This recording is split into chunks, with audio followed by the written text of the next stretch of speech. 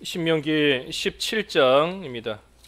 17장 1절에서 끝절 20절까지 오늘 증거하겠습니다. 17장 1절 흠이나 악질이 있는 소와 양은 아무것도 내 하나님 여호와께 드리지 말지니 이는 내 하나님 여호와께 가증한 것이 됨이니라. 내 하나님 여호와께서 내게 주시는 어느 성중에서든지 너희 가운데에 어떤 남자나 여자가 내 하나님 여호와의 목전에 악을 행하여 그 언약을 어기고 가서 다른 신들을 섬겨 그것에게 절하며 내가 명령하지 아니한 1월 성신에게 절한다 하자. 그것이 내게 알려짐으로 내가 듣거든 자세히 조사해 볼지니 만일 그 일과 말이 확실하여 이스라엘 중에 이런 가증한 일을 행함이 있으면 너는 그 악을 행한 남자나 여자를 내 성문으로 끌어내고 그 남자나 여자를 돌로 쳐 죽이되 죽일 자를 2사람이나 3사람의 증언으로 죽일 것이요 한 사람의 증언으로는 죽이지 말 것이며 이런 자를 죽이기 위하여는 증인이 먼저 그에게 손을 댄 후에 뭇 백성이 손을 댈지니라. 너는 이와 같이 하여 너희 중에서 악을 제할지니라. 내 성중에서 서로 피를 흘렸거나 다투었거나 구타하였거나 서로 간에 고소하여 내가 판결하기 어려운 일이 생기거든 너는 일어나 내 하나님 여호와께서 택하실 곳으로 올라가서 레위 사람 제사장과 당시 재판장에게 나아가서 물으라. 그리하면 그들이 어떻게 판결할지를 내게 가르치리니 여호와께서 택하신 곳에서 그들이 내게 보이는 판결의 뜻대로 내가 행하되 그들이 내게 가르치는 대로 삼가 행할 것이니 곧 그들이 내게 가르치는 율법의 뜻대로 그들이 내게 말하는 판결대로 행할 것이요 그들이 내게 보이는 판결을 어겨 좌로나 우로나 치우치지 말 것이니라. 사람이 만일 무법하게 행하고 내 하나님 여호와 앞에 서서 섬기는 제사장이나 재판장에게 듣지 아니하거든 그 사람을 죽여 이스라엘 중에서 악을 제하여 버리라. 그리하면 온 이스라엘이 듣고 두려워하여 다시는 무법하게 행하지 아니하리라. 내가 내 하나님 여호와께서 내게 주시는 땅에 이르러 그 땅을 차지하고 거주할 때에 만일 우리도 우리 주위의 모든 민족들 같이 우리 위에 왕을 세워야겠다는 생각이 나거든 반드시 내 하나님 여호와께서 택하신 자를 내 위에 왕으로 세울 것이며 내 위에 왕을 세우려면 내 형제 중에서 한 사람을 할 것이요 내 형제 아닌 타국민을 내 위에 세우지 말 것이며 그는 병마를 많이 두지 말 것이요 병마를 많이 얻으려고 그 백성을 애굽으로 돌아가게 하지 말 것이니 이는 여호와께서 너희에게 이르시기를 너희가 이후에는 그 길로 다시 돌아가지 말 것이라 하셨음이며 그에게 아내를 많이 두어 그의 마음이 미혹되게 하지 말 것이며 자기를 위하여 은금을 많이 쌓지 말 것이니라. 그가 왕위에 오르거든 이 율법서의 등사본을 레위 사람 제사장 앞에서 책에 기록하여 평생에 자기 옆에 두고 읽어 그의 하나님 여호와 경외하기를 배우며 이 율법의 모든 말과 이 규례를 지켜 행할 것이라. 그리하면 그의 마음이 그의 형제 위에 교만하지 아니하고 이 명령에서 떠나 좌로나 우로나 치우치지 아니하리니 이스라엘 중에서 그와 그의 자손이 왕위에 있는 날이 장구하리라. 여호와께 가증한 일입니다. 제목은 여호와께 가증한 일. 1절에도 보면 여호와께 가증한 것이 된다 그랬고 4절에도 이런 가증한 일을 행함이 있다 그랬는데 여호와께 가증한 일 오늘 제목입니다. 17장에 이 몇 가지 하나님이 주시는 그 율법이 기록이 되어 있습니다. 먼저 이 1절의 말씀은 이 하나님께 제물을 바칠 때 흠이나 악질이 있는 소와 양은 아무것도 하나님께 드리지 말라. 만약에 흠이나 악질이 있는 소와 양을 하나님께 드리면 이것은 여호와께 가증한 것이 된다 그랬습니다. 그러니 하나님 앞에 제물을 드리는 거 참 귀한 일인데 특별히 구약 시대에 하나님께 제물로서 제사를 드린 거 이거 이스라엘 백성들이 해야 되는 일인데 그런데 특별히 그 제물로 바치는 소와 양이 깨끗한 것이 아니라 흠이 있고 악질이 있는 이러한 소와 양을 하나님께 드리는 것은 가증한 일이다 그랬습니다. 이 일이 왜 가증한 일이 되는가 하면 우리 이제 뒤에 가서 그 말라기 1장 6절 이하 말씀을 쭉 보면 말씀이 나옵니다. 하나님께 제물을 바친다 하면서 더럽고 눈멀고 다리 절고 흠 있고 하는 그러한 제물을 하나님께 바치고, 그리고 나서 나는 하나님께 바쳤습니다, 하나님께 바쳤으니 은혜를 주십시오 하고 나아가는 것이 얼마나 하나님을 멸시하는 일이냐 하며 이 말라기 선지자를 통하여 책망하신 일이 있습니다. 좋은 거, 귀한 것은 다 자기가 갖고 하나님께 바치기는 바쳐야 되는데 좋은 거 바치기는 아까우니 흠 있는 거, 다리 저는 거, 눈 먼 거, 그런 거 하나님께 바친다는 겁니다. 그리고 바쳤으니 하나님 은총을 주십시오, 바쳤으니 은혜 주십시오 하고 나아가는 거 하나님 멸시하는 일이다. 자녀도 부모를 공경할 줄 알고 스승을 공경할 줄 아는데 너희에게 하나님 공경하는 것이 없다 하면서 이러한 책망을 하신 겁니다. 그러니 흠 있는 거, 또 악질이 있는 거 하나님께 바치는 것이 하나님께 가증한 것이다 그랬습니다. 또 더 중요한 것은 이것이 왜 가증한 일인가? 이 구약 시대에 하나님께 바치는 제물은 이 다 장차 오실 그리스도를 예표하는 겁니다. 그러니 장차 그리스도께서 오셔서 흠 없는 어린 양으로서, 티 없는 어린 양으로서 우리를 위하여 피 흘려 죽으실 것을 이 상징하며 예표하는 것이 구약 시대에 하나님께 바쳤던 제물들이에요. 그러니 그것을 진정으로 믿는다라고 한다면, 장차 그리스도께서 흠없는 어린 양으로 오셔서 구속하실 것이다 하는 것을 진정으로 믿는다면 하나님 앞에 제물을 바칠 때 흠 있는 거, 악질이 있는 거 바칠 수 없는 겁니다. 그러니 이것은 단순히 하나님께 바치는 제물이 아까워서 좋은 건 내가 갖고 하나님께 안 바칠 수는 없으니 흠 있는 제물을 바친다 하는 걸로 그치는 것이 아니라, 그걸로 끝나는 것이 아니라 장차 오실 그리스도에 대한 그 구속을 온전히 믿지 않기 때문에, 그 구속을 온전히 못 믿기 때문에, 그렇기 때문에 하나님 앞에 가증한 겁니다. 그리스도의 구속을 믿는다라고 하면 이러한 제물을 바칠 수 없어요. 하지만 믿는다 하면서, 믿는다 하니 제물을 바치는 거지 않습니까? 하지만 믿는다 하면서 온전히 믿지 못하는 겁니다. 형식적으로만 믿고 그저 눈에 보이는 모습으로만 믿고 나아가니 그것이 가증한 일이다. 그래서 이 1절의 말씀이 단순히 하나님 앞에 흠 있는 제물 드리면 안 된다 하는 걸로 끝나는 말씀이 아니라 그리스도의 흠 없는 완전한 그 구속을 믿는 믿음이 있는가, 그 믿음이 없으면서 그저 형식적으로만 하나님 섬기고 나아가는 것, 형식적으로만 하나님께 예배하고 하나님께 바치는 것이 얼마나 하나님 앞에 가증한 일인가 하는 것을 우리에게 분명히 교훈해 주는 겁니다. 그래서 그리스도의 구속을 믿는 믿음을 가지고 하나님 앞에 나와 예배하고 하나님을 섬기며 또 하나님께 바칠 것을 바치는 겁니다. 2절부터 7절까지 말씀은 이 우상 섬기는 자를 죽이라 그랬습니다. 너희 가운데 남자든 여자든 우상을 섬기는 자가 있으면 가증한 일을 행한 것이니 그러한 자를 끌어내서 성문에서 돌로 쳐서 죽이라 그랬습니다. 그러니 우상 섬기는 자가 있으면 이 구약 시대에는 돌로 쳐서 죽인 겁니다. 그런데 여기 돌로 쳐서 죽이라 그랬는데 이 죽이기 위해서, 그 단계까지 이르기 위해서 이 몇 가지 순서가 있습니다. 먼저 4절에 보면 이 남자든 여자든 다른 신을 섬기고 절하고 이롤 성신에게 절한다 하는 것이 알려지면 4절에 자세히 조사해 볼지니 그랬습니다. 그러니 먼저는 누가 우상을 섬긴다 하더라 하는 소식이 들려오면 자세히 조사해 봐야 됩니다.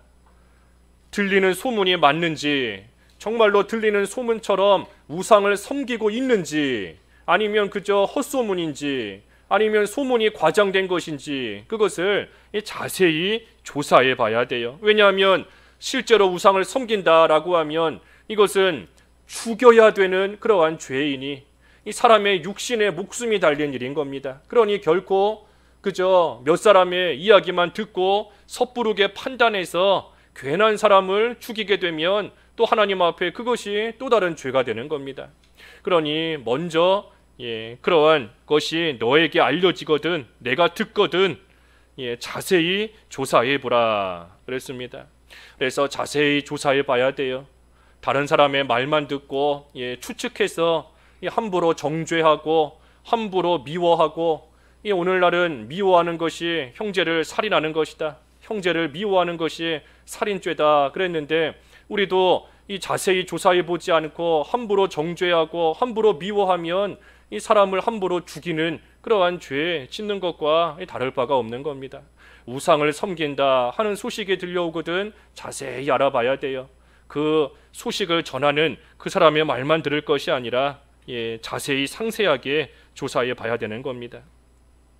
그리고 나서 만일 그 일과 말이 확실하여 이런 가증한 일을 행함이 있다라고 하면 그 다음에 할 일은 6절의 말씀처럼 두세 사람을 증인으로 세워야 됩니다.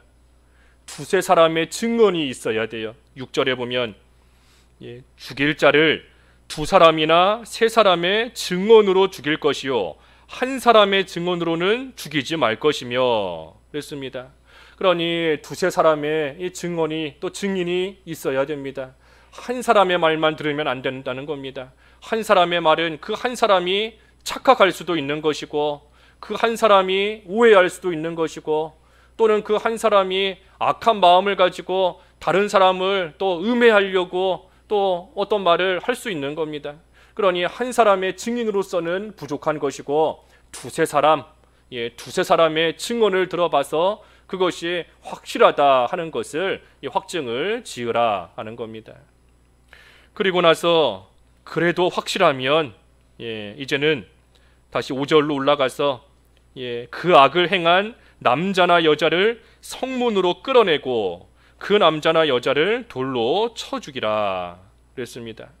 그러니 자세히 조사해보고 그리고 나서 그것이 맞으면 두세 사람의 증언을 더 들어보고 그래도 확실하면 이제는 성문으로 끌어내서 돌로 쳐서 죽이라. 이 돌로 쳐서 죽일 때에도 그 밑에 7절에 보면 증인이 먼저 돌로 쳐서 죽여야 됩니다.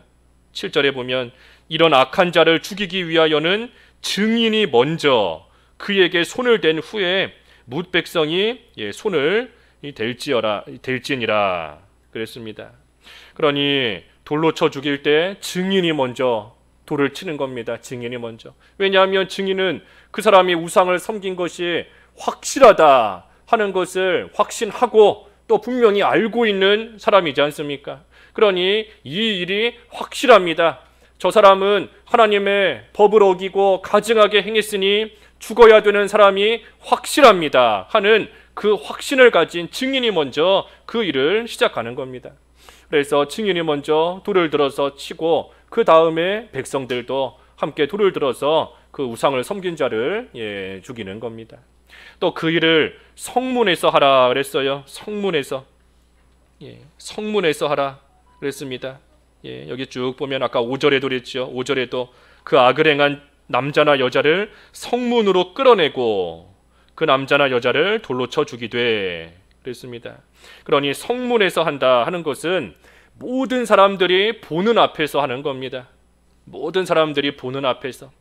여기 구약시대의 성문, 우리 그 구약성경 읽다 보면 재판을 받을 때 그 성문에 나와서 재판받는 모습이 많이 기록되어 있습니다. 이 구약시대에는 그 성문, 이 성문이 이렇게 좀 높은 위치에 있기도 하거니와 이 많은 사람들이 왕래하는 그러한 자리이기 때문에 이 성문에 서서 이 재판을 하는 그러한 일이 구약시대에 많이 있었습니다. 재판의 장소예요, 성문이. 그래서 여기서도 이 사람을 죽일 때 성문에서, 그러니 모든 것을 바르게 알고 판단하고 그 일이 확실하면 모든 사람들이 보는 앞에서 그 사람을 벌하며 죽이는 겁니다. 그러니 이 성문에서 모든 사람이 보게 한다 하는 것은 나머지 죄를 짓지 않은 사람도, 우상을 섬기지 않은 사람도 죄에 대한 벌이 얼마나 두려운 일인가, 그 죄에 대한 두려움을 갖게끔 하기 위해서 사람들이 보는 자리에서 이 일을 행하는 겁니다. 아무도 모르는 가운데서 이 우상 섬긴 자를 죽이면 나머지 사람들은 모릅니다. 저 사람을 왜 죽였는가 하는 것도 잘 모를 뿐더러 또한 그 사람을 왜 죽였는가 하는 일에 대해서 또 모르는 사람들은 괜한 또 오해가 생길 수 있습니다.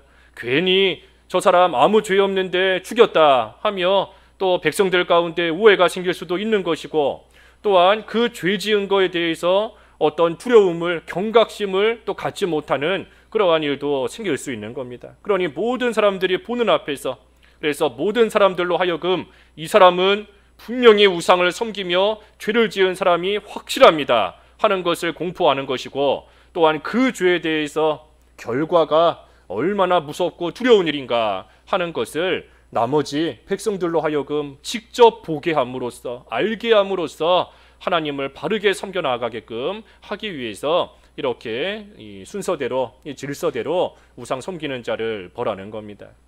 그러니 이렇게 우상을 섬기는 자를 죽이라. 이 죽이는 이유는 죄를 제거하기 위함인 겁니다. 그 7절 끝에 그랬지 않습니까? 7절 끝에 너는 이와 같이 하여 너희 중에서 악을 제할지니라.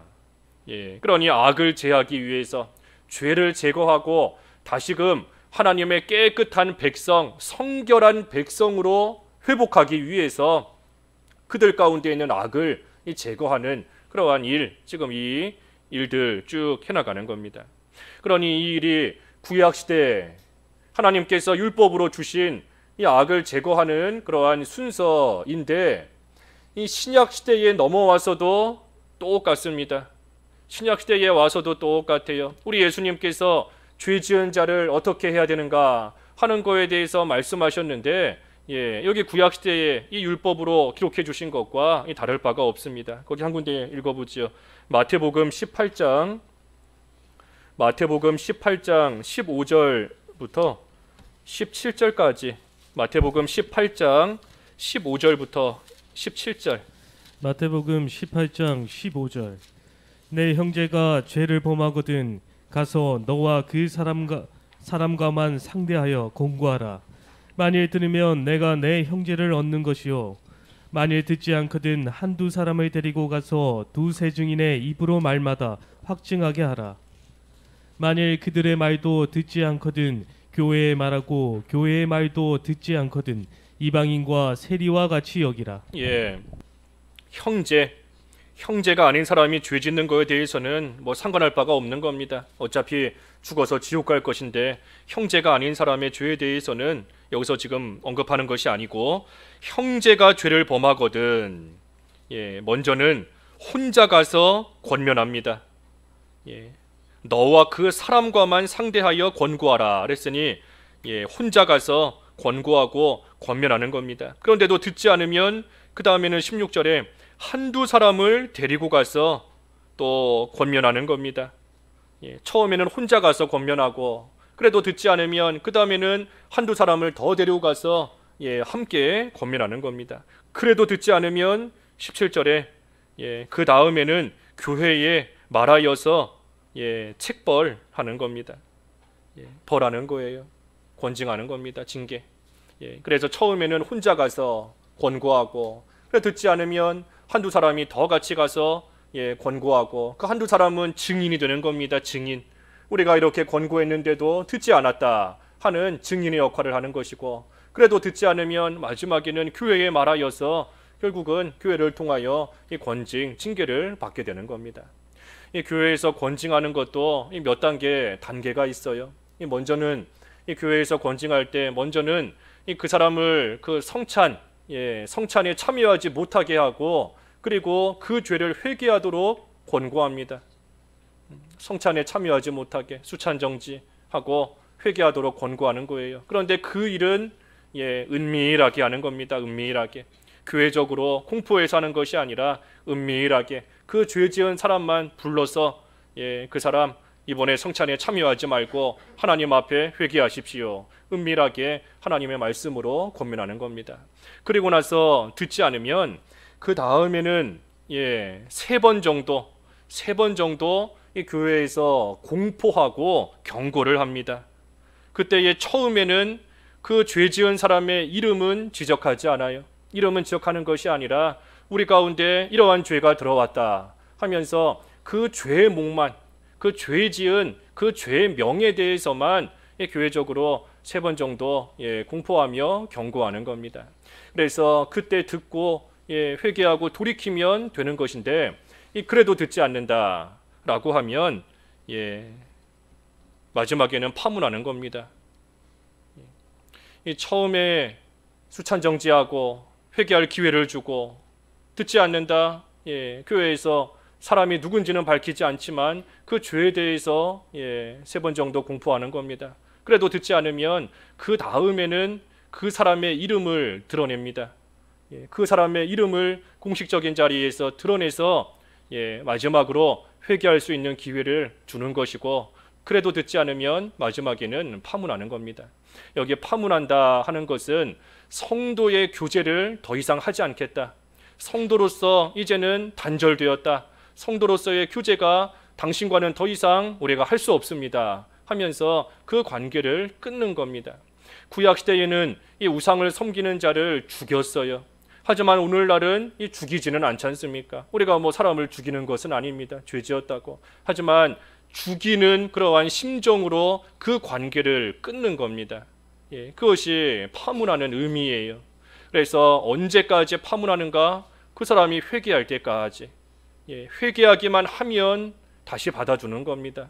하나님 앞에 회개하고 회개했다 하는 그러한 모습이 분명히 나타나면 그 사람은 이제 벌을 해제하고 없애서 다시금 성도로서 형제로서 다시 받아주고 또 그 안에서 성도의 교제가 다시금 회복되는 겁니다. 그래서 이러한 것을 하는 이유는 앞에서도 언급한 것처럼 너희 가운데 악을 제할지니라.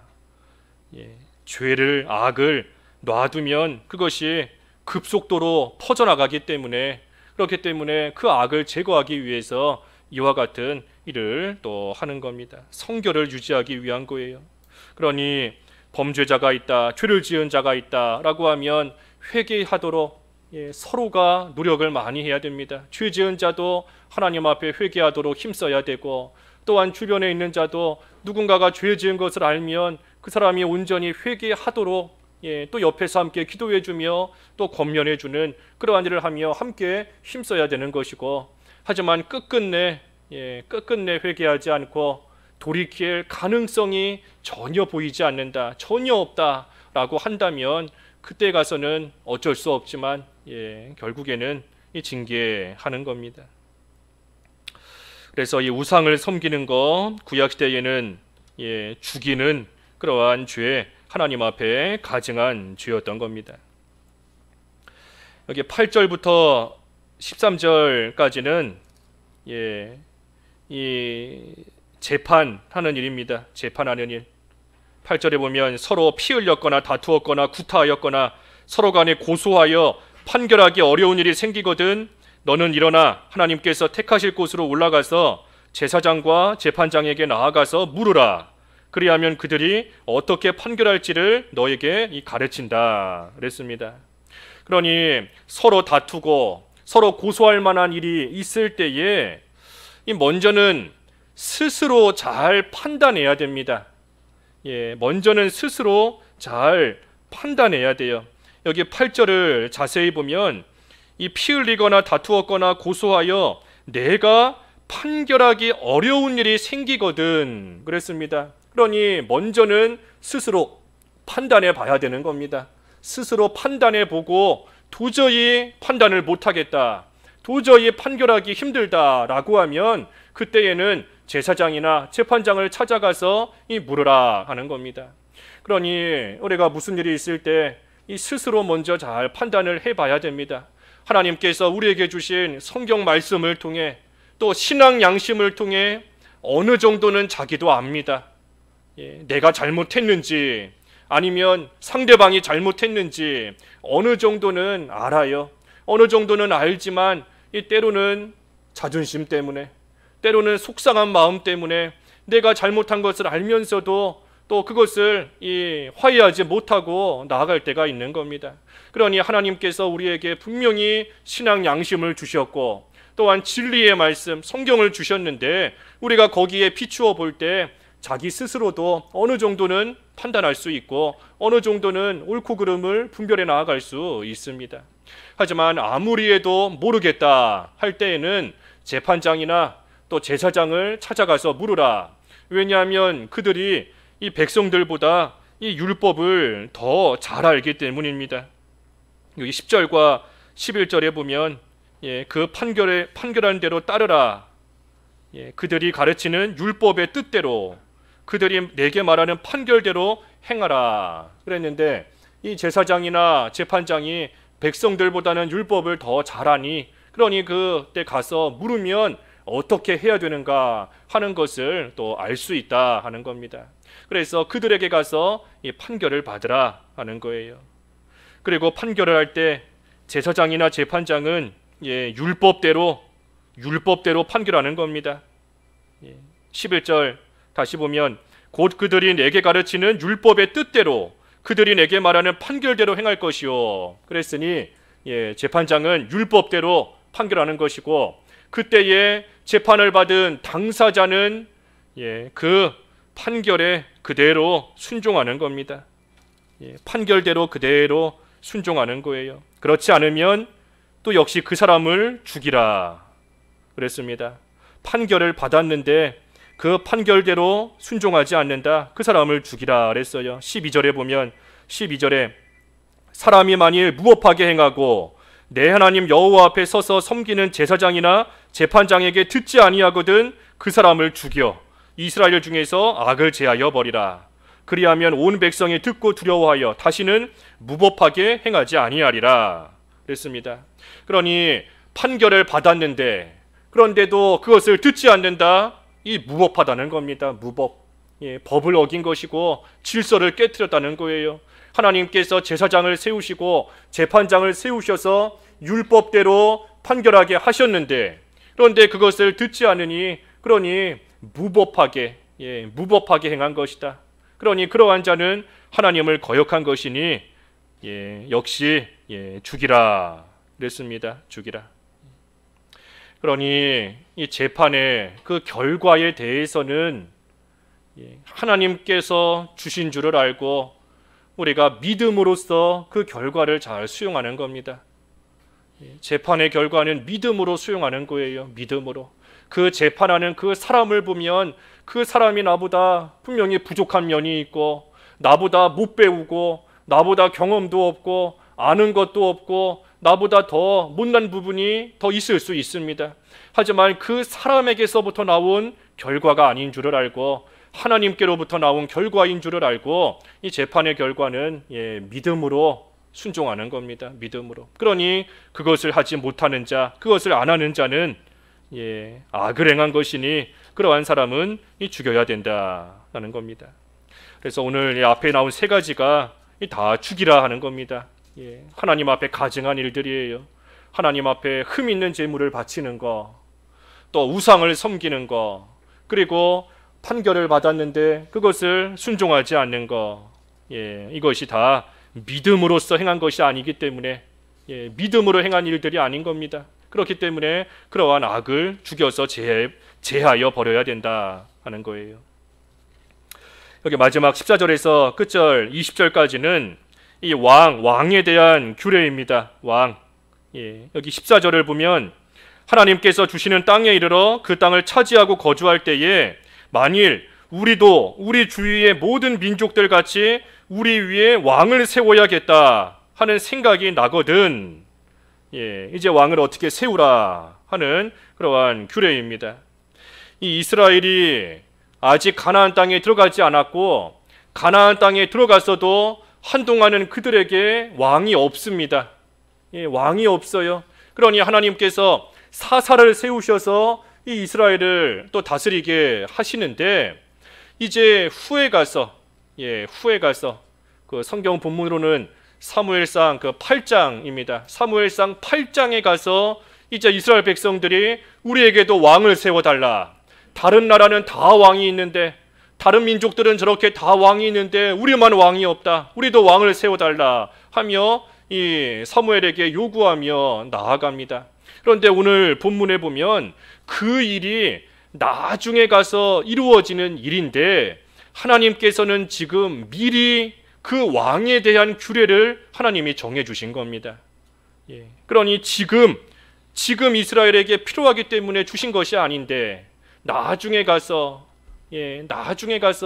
필요한 겁니다.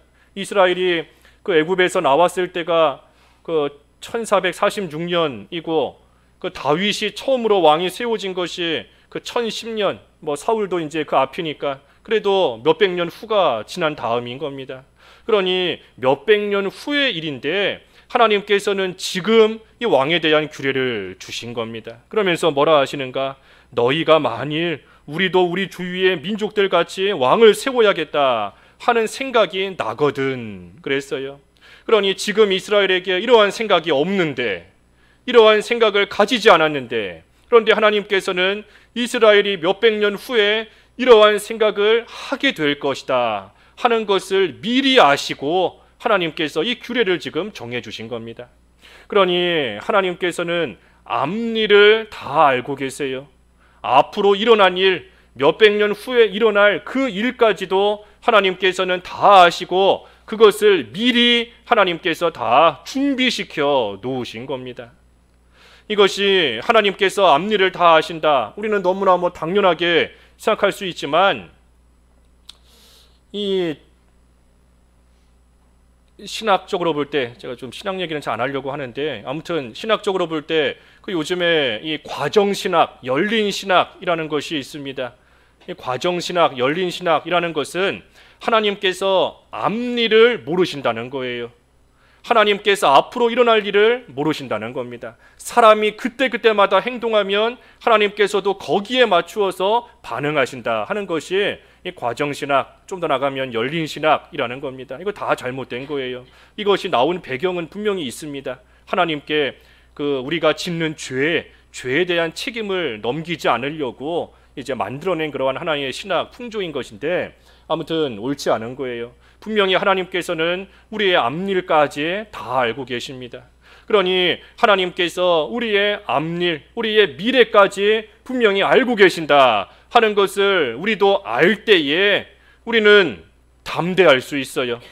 어떤 일을 만나도 담대할 수 있는 겁니다. 만약에 우리에게 일어나는 일이 우연히 일어난 일이다 라고 한다면, 그래서 앞으로 어떤 일이 일어날런지 하나님도 모르신다 라고 하면 우리는 늘 걱정하며 두려움 속에 살 수밖에 없습니다. 하지만 하나님께서 우리의 미래까지, 내일 일까지도 하나님께서 다 알고 계시고 하나님께서 우리에게 필요한 것을 미리 준비해 놓으시니, 미리 준비해 놓으시니, 그러니 우리는 어떤 일을 당해도 담대하게 나아갈 수 있고 그 하나님을 의지할 수 있고 하나님을 신뢰하면서 우리는 살아갈 수 있는 겁니다. 이 지금 오늘 본문을 통해서도 우리가 그것을 잘 교훈받아야 돼요. 이스라엘이 왕을 세워달라 하는 건 나중 일입니다. 먼 훗날의 일이에요. 하지만 하나님께서는 그들이, 이스라엘이 그러한 생각을 하게 될 것을 다 알고 계시기 때문에, 하나님께서는 다 알고 계시기 때문에 그 왕에 대한 규례를 미리 하나님께서 다 준비시켜 놓으시는 겁니다. 그러니 우리가 오늘 다른 거 자꾸 죽이라 하는 말씀이 오늘 나오는데 다른 거 기억하지 못해도 우리가 이거 하나만이라도 오늘 잘 붙잡고 나아가면 귀한 겁니다. 하나님께서 나의 앞일을 다 알고 계신다. 하나님께서 미래의 일까지 다 알고 계시고 하나님께서 그것을 미리 하나님이 다 준비해 놓으신다. 필요한 것을 다 준비해 놓으신다는 겁니다. 그러니 하나님 믿고 나아가라는 거예요. 하나님 신뢰하며 나아가라는 겁니다.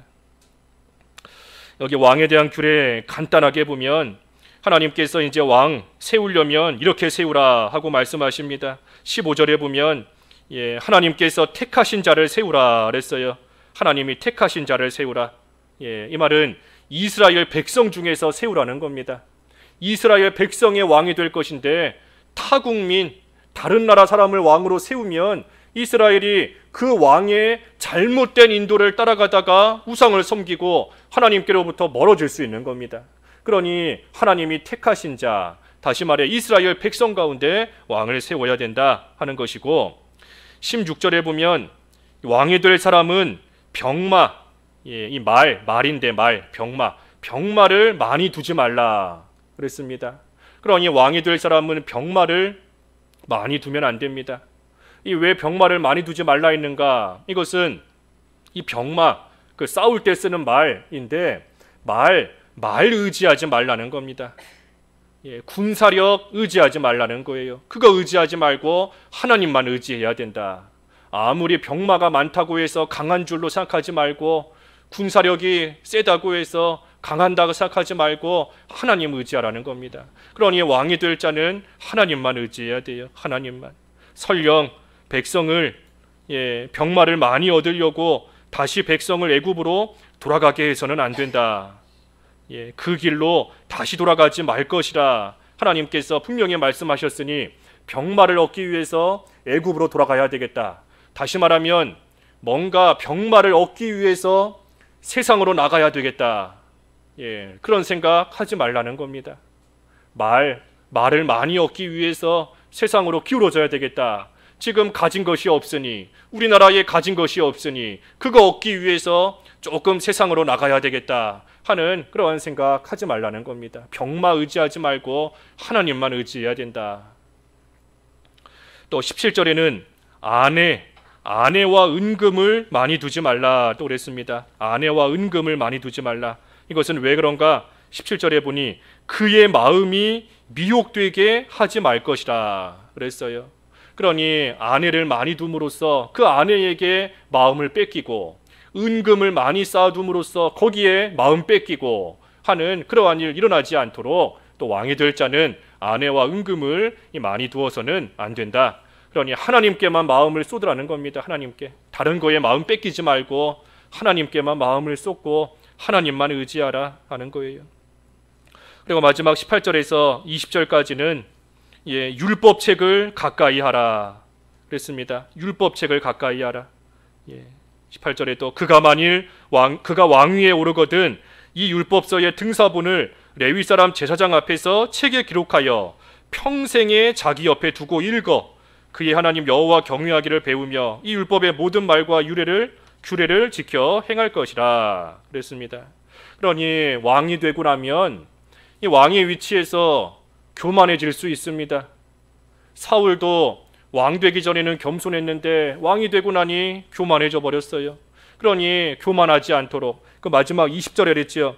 그리하면 그의 마음이 그의 형제 위에 교만하지 아니하고 그랬습니다. 그러니 왕이 교만하지 않기 위해서는 하나님의 말씀, 율법책을 가까이 두고 그것을 계속해서 평생도록 그것을 읽으라. 그래서 단순히 읽는 것이 아니라 그 말씀을, 율법책을 읽음으로써 하나님 경외하기를 배우고, 그리고 거기에 기록된 것을 잘 지켜 행하면 좌로나 우로나 치우치지 않을 수 있고 그 왕위가 계속해서 굳건하게 살아갈 수 있다 그랬습니다. 그러니 왕이 해야 될 일이 율법책을 늘 가까이 하며 읽는 겁니다. 그거 하지 않으면 교만해진다는 거예요. 교만해지고 자기 생각대로 자기 판단대로 나아가다가 결국은 좌로나 우로나 치우쳐서 그 왕위가 오래가지 못하니, 그러니 항상 율법책을 가까이 하라 하는 겁니다. 그러니 왕에 대한 그러한 규례를 하나님께서 미리 이스라엘에게 주신 겁니다. 한편 우리에게도 하나님께서 이 말씀을 주신 겁니다. 구약시대에는 왕, 실제 세워진 왕이 말 그대로 왕이지만 오늘날은 우리가 다 왕같은 제사장으로서, 성도가 왕같은 제사장으로서 우리가 오늘날은 다 영적인 왕입니다. 또 우리 예수님 다시 오시면 우리 모든 성도가 예수님과 함께 왕 노릇하며 영원히 살 것인데, 우리가 왕인 줄 알고 우리에게 주신 말씀인 줄 알아야 돼요. 그러니 우리도 하나님의 택한 백성으로서 하나님만 의지하고, 병마 의지할 것이 아니라 하나님만 의지하고, 그리고 마음을 하나님께로만 쏟고, 그리고 율법책을 평생 가까이 함으로써 하나님께서 주신 귀한 영적인 왕의 그 친분과 그 지위 우리가 잃지 않고 끝까지 해나가며 하나님 섬기는 그러한 모습이 나타나야 되는 겁니다. 그래서 오늘 좀 율법의 내용이라서 조금 딱딱한 부분이 있지만 우리가 중요한 것은 하나님께서 우리의 모든 것을 아신다. 우리의 앞일까지도 하나님은 다 아신다. 그리고 하나님께서 미리 필요한 것을 다 준비해 놓으신다 하는 것을 믿고 하나님을 신뢰하며 영적인 왕으로서 하나님만 섬겨 나아가되 특별히 우리 안에 있는 가증한 것들, 그러한 것들을 다 찾아 없애서 깨끗하고 거룩한 왕 같은 제사장으로 우리가 하나님을 섬기는 겁니다. 잠깐 말씀 생각하면서 잠깐 기도하겠습니다. 잠깐 기도하시죠. 기도하겠습니다. 하나님 아버지, 오늘날 저희를 택하여 주시고 영적인 왕으로 세워주신 것을 하나님 감사합니다.